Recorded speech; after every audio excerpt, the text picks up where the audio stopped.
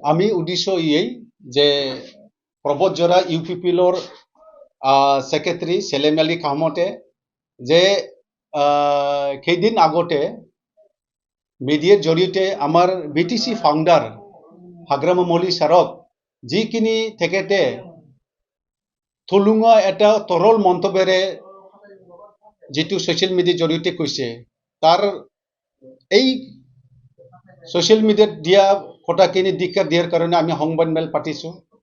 আজি চাওক এইখন বিটিসি হাগ্ৰামা মৌলীৰ ছাৰেই বিটিসি কোন চুক্তি কৰি আনিছে যে চুক্তি কৰাৰ পিছত এইখন চুক্তিৰে যিখিনি সরকার হৈছে এই সরকারের দিনত সেলিম আলী খানে তেখেত হতেই চেয়ারম্যান হৈছে, তেখেত হতেই লুটি পুটি খাইছে, তেখেত হতেই হাগ্ৰামা ছাৰৰ লগত থাকি পেলাই গোটেইখিনি কামখিনি কৰি পেলাই আজি তেখেতে ফাউন্ডাৰ আমাৰ বিটিসি মুৰব্বীজনক এই কথা কোৱাটো আমাৰ তেখেতক হকিনি দিছো যে দ্বিতীয়বার যেন এই কথাটো নকয়।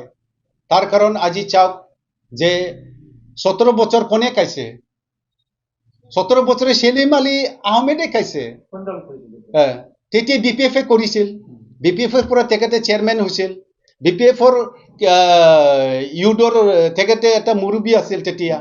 আৰু তেতিয়া এই সেলিম আলী খান হতেই গোটেইখিনি জব পদৰ কামেই হোক, বিজেএফৰ কামেই হোক, যিকোনো সিডি ফানে হোক লুটি পুটি খাই পেলাই আজি গাড়ী ঘোড়া ঘর বাড়ি বিয়া বাৰু কৰি পেলাই সিহঁতে আজি কয়দিন আগত ইউপিপিলৈ গৈ পেলাই আজি এই মুৰব্বীজনক যিখিনি কথা কৈছে এইটো আমাৰ বিটিসি বাসীৰ কাৰণে আমাৰ লজ্জাজনক কথা। তাৰ কাৰণে আমি তেখেতক ধিক্কাৰ দিছো আৰ হকনি দিছো বাৰে বাৰে এটুই যে দ্বিতীয়বাৰ যেন আমাৰ হাগ্ৰাম মৌলী ছাৰৰ ওপৰত বিটিসি মুৰব্বীৰ ওপৰত এই কথা কোৱাটো আমি সহ্য নকৰো।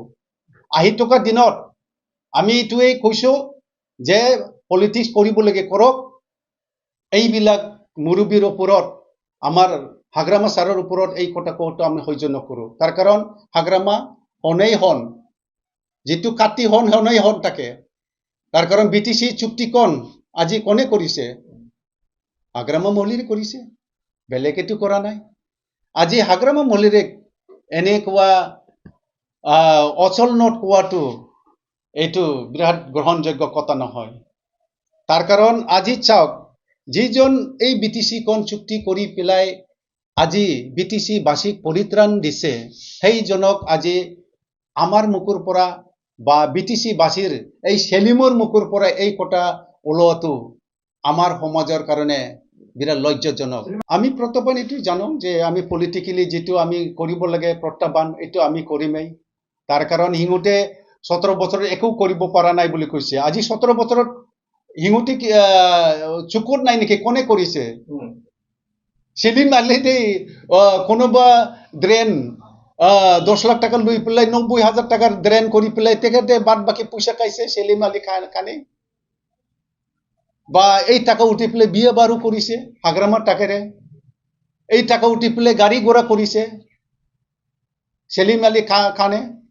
আজি ইউপিপিএলত গৈ পেলাই কি তেখেতে কি কথা কয়? এইগুলো আমার কি নোটিশ নাই নেকি? আমার ডায়েরি নাই নেকি? আমার নিশ্চয় ডায়েরি আছে, এইগুলো আমার রেকর্ড আছে।